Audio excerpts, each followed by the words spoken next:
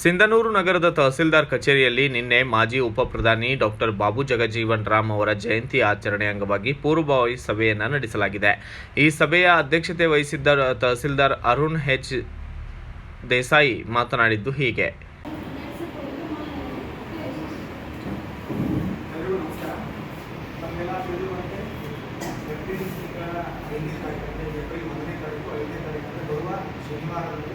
Doctor Babu Jagjivan Ram ಅವರ ಜಯಂತ್ಯೋತ್ಸವವನ್ನು ಆಚರಿಸಿ ಸಮಾಜ ಕಲ್ಯಾಣ ಇಲಾಖೆಯಿಂದ ನಮಗೆ ಆದೇಶಗಳಿದೆ.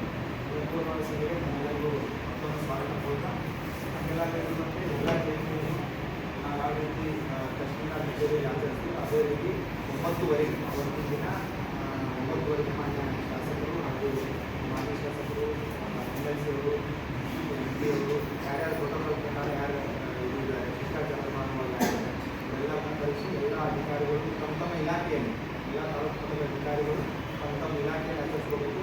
ಅದೇ ರೀತಿ 9ವರೆಗೆ ನಮ್ಮ ದಕ್ಷಿಣ ಕಡೆಗೆ ನಾವೆಲ್ಲರೂ ಆಚರಿಸ್ತೀವಿ. ಅದಕ್ಕೆ ದಕ್ಷಿಣ ಮಟ್ಟದ ಸಮಾಜದ ಭಾಗವಾಗಿ ನಾವು ಎಲ್ಲರೂ ನೋಡಬೇಕು. ಇದು ಮುಗಿಸ್ಕೊಂಡ ನಂತರ ಬಾಬು ಜಗಜೀವನ್ ಸರ್ಕಲ್ ಇದೆ, ಮಕ್ಕಳು ಹೋಗೋ ರಸ್ತೆ ಅಲ್ಲಿ ಗಾರ್ಲ್ಯಾಂಡ್ ಎಲ್ಲ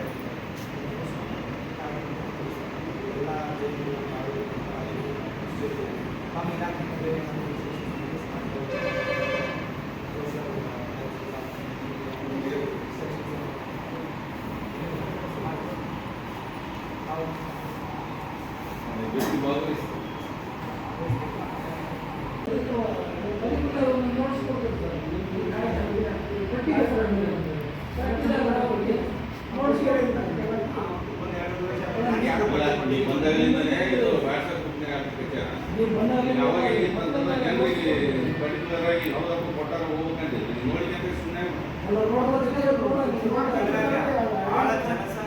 ಭಾಳ ಜನ ಇರೋದ್ರಿಂದ ಎಲ್ಲರಿಗೂ ಪ್ರತಿಯೊಂದು ಇಂಡಿವಿಜುವಲ್ ನೋಟಿಸ್ ಮೊದಲಂತ ಕೊಟ್ಟಾಗ ನಮ್ಮ ಆಫೀಸ್ನಾಗ ಯಾವ ನಮ್ಮ ಗಮನ ತೊಗೊಂಡಿಲ್ಲ, ಕೊಟ್ಟಿರೋ ಡಾಕ್ಯುಮೆಂಟೇಶನ್ ಇಲ್ಲ.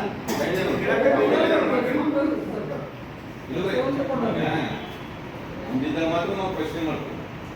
ಅದೊಂದು ಸತ್ಯ. ಮತ್ತೆ ಏನು ಪ್ರಶ್ನೆ ಮಾಡಲ್ಲ, ನೀವು ಮಾಡೋದು ಮಾಡ್ಕೊಡ್ತೀವಿ.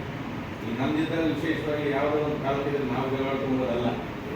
ಏನಿಲ್ಲ, ಈ ಬೆಳಿಗ್ಗೆ ನಮಗೆ ಗೊತ್ತಿಲ್ಲ, ಮೇಡಮ್ ಅವ್ರು ಫೋನ್ ಮಾಡಿದಾಗ ಗೊತ್ತಾಯ್ತು.